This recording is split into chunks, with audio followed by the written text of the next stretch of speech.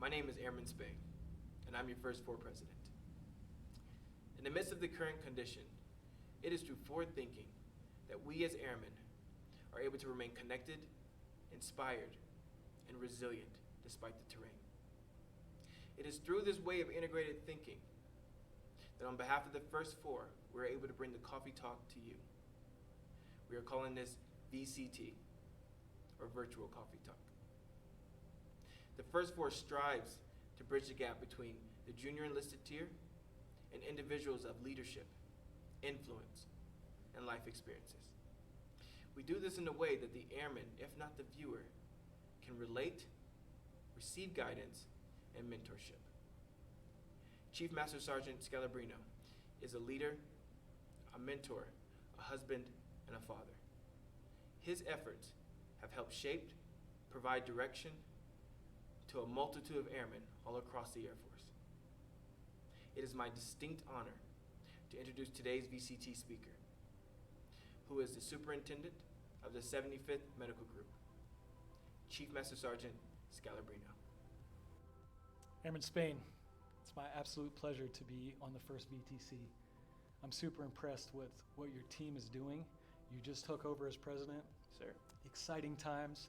Thank you for leading an initiative like this to connect our folks during this difficult time.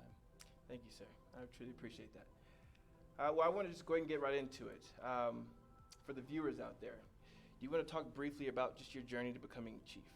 Absolutely. So my journey to chief, 23 years next month, has been a long one. I actually started out as an Airman Basic. And I won't lie to you, Airman Spain, one of my priorities coming into the Air Force was to follow in my father's footsteps. He was a aircraft maintenance tech and did 2 tours in Nam. Fantastic guy. My older brother also joined the Air Force as a med tech, so I wanted to uphold that family tradition. We come from humble beginnings, and I didn't have an opportunity for college to be paid for. I didn't really apply myself in school, so really the Air Force was a way for me to run away from those opportunities. But it's so funny, it comes full circle because the Air Force has allowed me to have a master's degree at this point.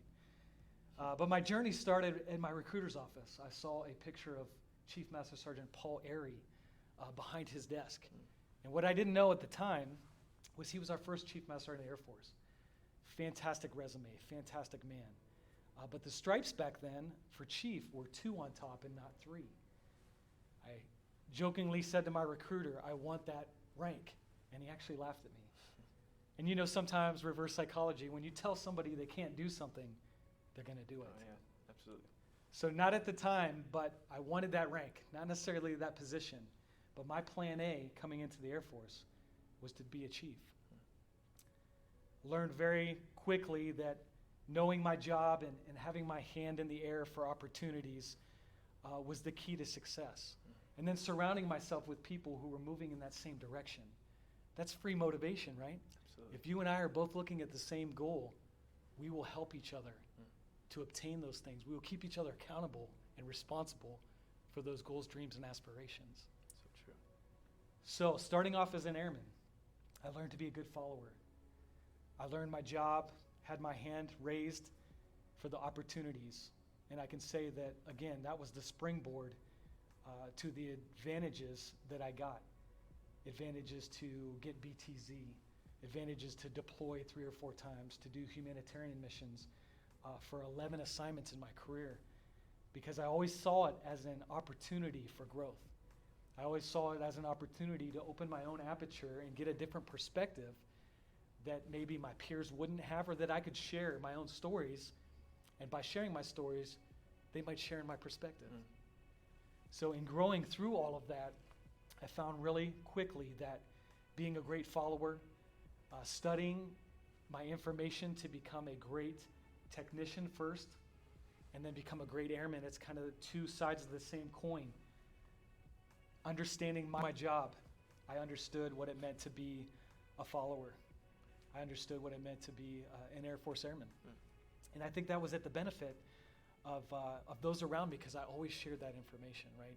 I never wanted to be the one person to make those decisions. I think one of the only regrets I have, though, Airman Spain, is I was pretty cocky, prideful airman in the beginning.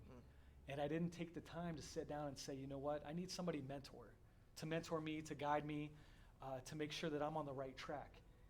I wasted a lot of steps and a lot of time chasing the wrong things.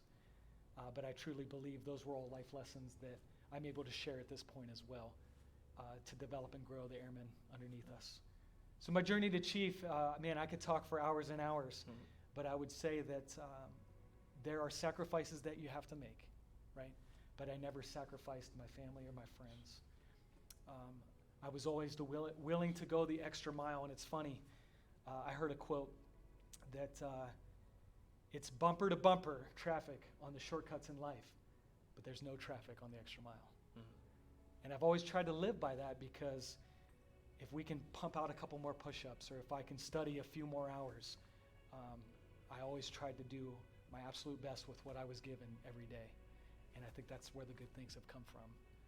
Additionally, I'm a spiritual guy, and I know some of our airmen will not hear this, but I truly believe that my relationship with Christ has allowed me to, the doors have opened, right? Absolutely.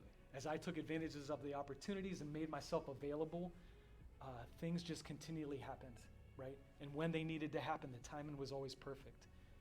It took me 3 times to make Master Sergeant, 3 years to make Master Sergeant, simply because my wife and I at that point had decided that a bachelor's degree was more important than me making the next rank. And I'll be honest with you, if I would have made it the first time, I would have been too young. I would have been too immature and not ready for that responsibility. But when it came, I embraced that. I took it on. I took it as something that gave me purpose and meaning to lead and guide and direct the airmen underneath me, to give them the tools and the tips and the tricks that they needed to be just as, if not even more, successful than me in the future. I love that. And that's what true success is. I truly believe that we live on temporarily by what we're given, but we live on forever by what we give to other people. I love that. And I've won awards in my careers. We can all say those things, right? But I would say, and I'm a pretty stoic guy, but the time when I invested my time, energy, and effort into somebody else's career, and they got to walk across that stage, and he actually ended up winning 12 Outstanding Airmen of the Air Force in 2012, I almost cried, because I saw the fruits of my labor. I saw the fruits of the investment that I made and how it's going to live on forever. Because not only did it change his life, but it changed his wife's life and his kids' lives, because I invested in him. So my journey is very complex. I got a lot of great stories, but what I will say is, if you take care of yourself and each other, it's an amazing ride, and the sky's the limit.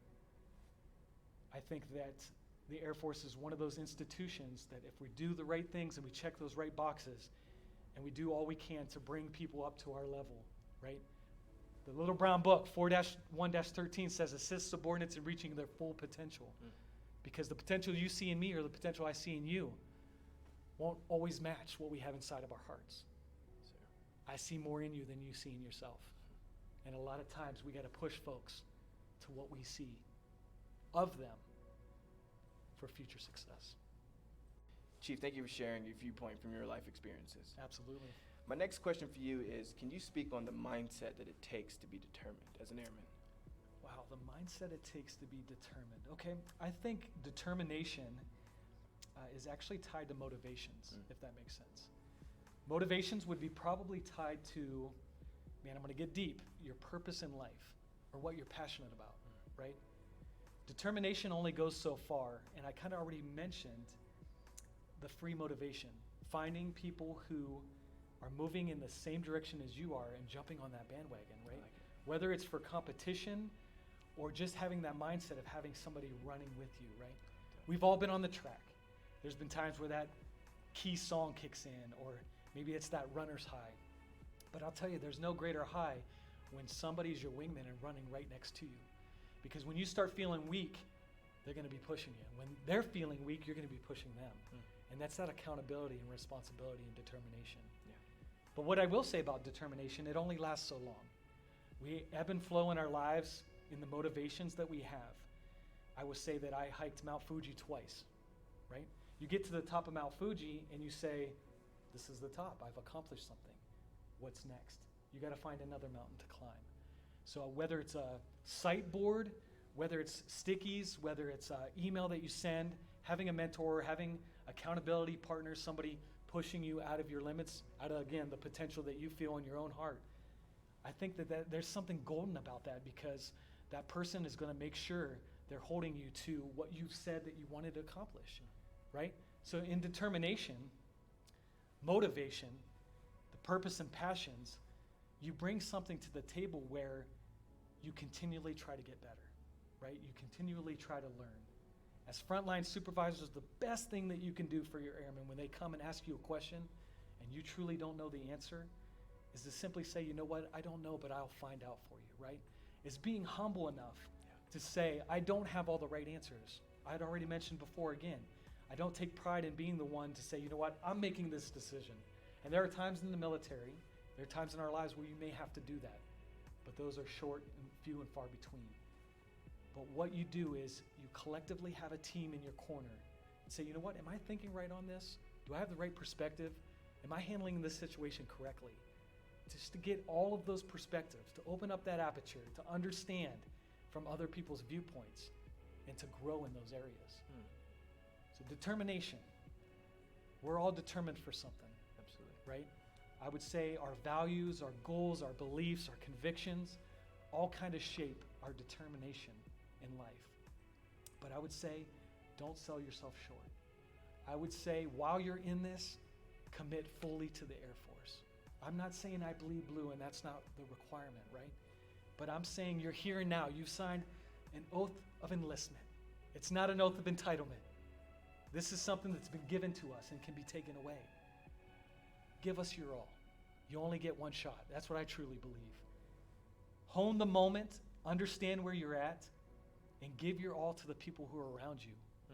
I would say a lot of my peers are retiring nowadays. I've been in 23 years, and they say that's the thing that they miss the most, their peer group, that camaraderie, right? And understanding that they have a group, a network of people behind them to make them successful. So that would be as we understand motivations, as we understand determinations, have somebody in your corner, right? Have somebody help you to achieve your goals, dreams, and aspirations, because at the end of the day, we will give up on ourselves quicker than anybody else. But when we have that driving motivation and determination, we can make it happen. And we can be that for somebody else. Our roles in the Air Force is not limited by the rank that we wear. I've seen senior airmen have more influence in the group than the group commander. I've seen a lieutenant have more influence than a chief master sergeant. It's all a mindset. It's what you do. I would say that the Air Force is your platform, but live out your purpose based on those goals, dreams, aspirations, convictions, values, and beliefs. And your determination may ebb and flow, but at the end of the day, you're always going to be striving to get better. And really, that's the real competition. I don't want Airman Spain to try to be better than Airman Sparks or Airman Snuffy.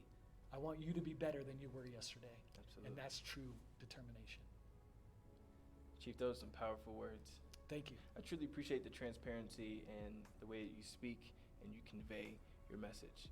So I can tell right now that the viewers will also relate to that as well. Thank you very much. I appreciate that. The next thing that I want to briefly discuss is for the airmen that are coming in to the Air Force. What are your expectations for them? Wow, expectations for new airmen. Can't take it lightly, right? It's a call to service. And too often, a call to service is being as selfless as possible. Putting on this uniform, we are able to enjoy a lot of the benefits that the Air Force gives us, but that's not what it's about, right? We all have reasons why we joined. I kind of mentioned that I joined to run away from college, to do those other things, maybe to serve, to travel a little bit, to get some education, to get a trade, whatever that is, right? But we all have that foundation in the core values. We all have that foundation, no matter where you're from, that we're all wearing the same uniform, right? We all wear 2 name tapes on our uniform, one to make our family heritage proud, but we're all part of the United States Air Force. So in saying that, the expectation for new airmen is to give it your all. Whether you're in for 3 months, 3 years, or 30 years, take advantage of this opportunity. Raise your hand. Become a great follower. Understand that you're setting the example whether you want to or not. You're leaving a legacy from day one because airmen are looking to you simply because you wear a rank or simply because you wear this uniform. And then to not forget history. I'm a big component of believing that you don't understand where somebody's going until you understand where they're from. We stand on the shoulders as the enlisted corps of so many giants that have come before us. If you think about our BAH, right, basic allowance for housing, if you think about our dorms and the way they are today, if you think about the uniform and how it's come together, all of these things were set forth by the enlisted that come before us. It's true. By the Chief Master Sergeant of the Air Force who have set precedents of a uniform service striving for excellence. And we're not talking about perfection, but maybe the pursuit of perfection, right? Maybe a daily wake-up reminder in and of yourself to say, you know what? I enlisted, nobody made me do it. I answered my nation's call, and I'm going to be a warrior as long as the Air Force will have me. As we talk about taking advantage of the opportunities that they're given, I would recommend somebody to step out of their comfort zone, to have their hand raised and say, you know what? I'll go on that deployment, or I'll do that humanitarian mission, or I'll work nights and weekends or the exercise, because all of those things shape and mold who you are as an airman. They don't identify you, but they shape and mold you in who you are, right? I would say also, the last piece of advice, no matter where you go and how long you serve, this is only a position. This is a part that we play into a bigger United States Air Force. And what do I mean by that? The Air Force loves us. They take care of us. They've done really great things for us. But at the end of the day, all of us have to take this uniform off. Right. Again, we can't sacrifice our family and friends. We need to stay true to what we truly believe in. But I would say that I've never identified myself as a chief. I have fully embraced this position. I fully love the opportunities that it gives me to influence and impact people's lives. And as you can see, I'm genuine about that. I absolutely love it. Absolutely. Even in the conversations that we've had off camera. But I would say that the folks who identify themselves solely in this rank, in this position, you're going to lose something at the end of the day. I am saying commit, go blue, do whatever you can for the Air Force while you have that time. But remember that this is a part that we play. Use it for the right reasons. Use it to better the future of the Air Force. But at the same time, be very cautious because we are held to a higher standard. Absolutely. At the very end of it all, you're building relationships. It is about the team that you're a part of. It's about that network that you build, because people aren't going to remember the mission or the metrics. They're not going to remember how many pounds of cargo they loaded, how many IDs they checked at the front gate, how many patients we saw. They're going to remember how you led them, how you treated them, and how you loved them. And at the end of the day, that's what a true leader wants, to know that they've made an impact and an influence in people's lives. So hopefully, as I step away from the Air Force after 23 years, my legacy will live on through you, through your organization, through the people that I've had the absolute pleasure to be part of their journey, personally and professionally. I love the opportunities that we get as airmen in the United States Air Force. We've all heard it. It's less than 1% of our population that get to serve. So don't take that lightly. Use that as motivation. Use that as your story, as you tell your journey. And you always want to look back with no regrets. You always want to look back and say, you know what?